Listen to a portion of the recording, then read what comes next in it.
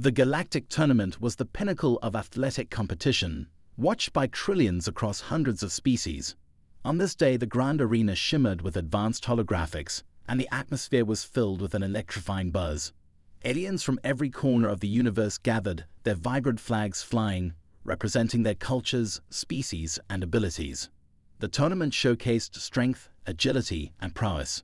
In the midst of this grandeur, an unexpected hush fell over one section of the stands. At the edge of a viewing platform, seated alone, was a young boy from the Talax race. He had seen many tournaments, but always from a distance.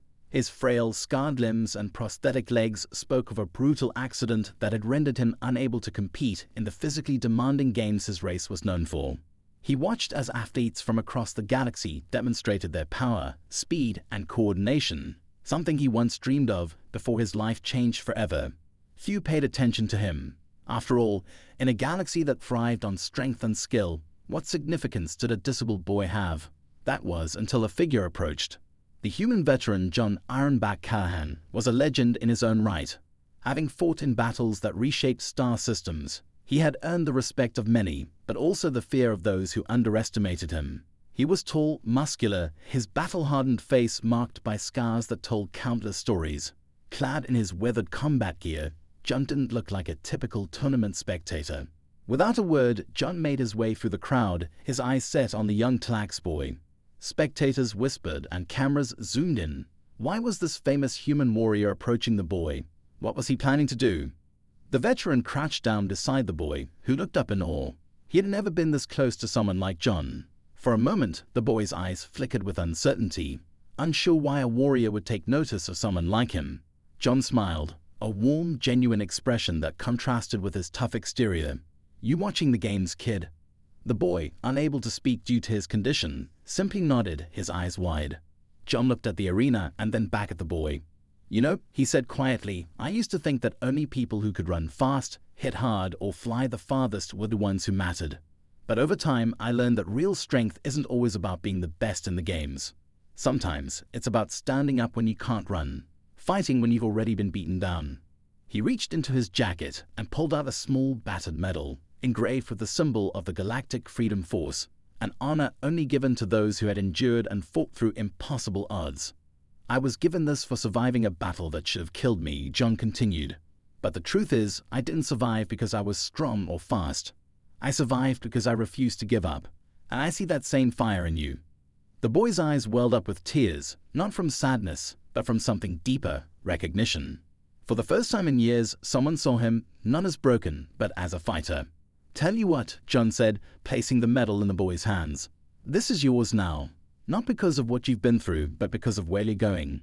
Your journey doesn't end here. You might not be in the games, but that doesn't mean you're out of the fight."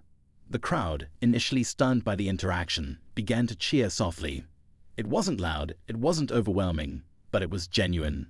The cameras captured the moment, and across the galaxy, people watched as one of the most powerful warriors in the universe recognized the strength of someone who could never physically compete. John gave the boy a nod, stood, and turned to walk away. But as he did, the boy tapped his arm, a flicker of determination in his eyes. He gestured to his legs, then pointed toward the arena. It was clear what he was asking. He wanted to try, to participate, even if only in spirit. John smiled. Without hesitation, the human warrior lifted the boy onto his broad shoulders and marched toward the arena. The crowd erupted in cheers, shaking the very walls of the stadium. Together, they approached the edge of the combat field, where the boy could see everything up close, feeling as though he was part of the tournament, if only for a moment. For the first time in years, the disabled boy stood tall, and for the first time the galaxy saw that strength came in many forms. John smiled, but instead of walking away, he noticed the boy tapping his arm. The Talax boy pointed toward the arena, his eyes filled with a spark of determination, silently communicating what he wanted. He didn't just want to watch, he wanted to be part of it. Without a second thought, John knelt down and gently lifted the boy onto his shoulders. The crowd gasped, unsure of what would happen next. With each step John took toward the arena, the cheers began to grow louder, rippling through the stands like a wave. The veteran, now carrying the boy like a commander would carry a banner, strode into the center of the tournament field.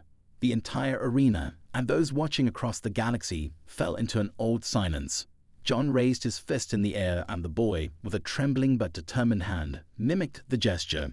The crowd exploded in cheers, not for the athletes, not for the competition, but for the moment of unity, strength, and hope embodied by the pair. At that moment, it didn't matter that the boy couldn't compete with his body. His spirit, alongside the human veteran, had already won the greatest victory.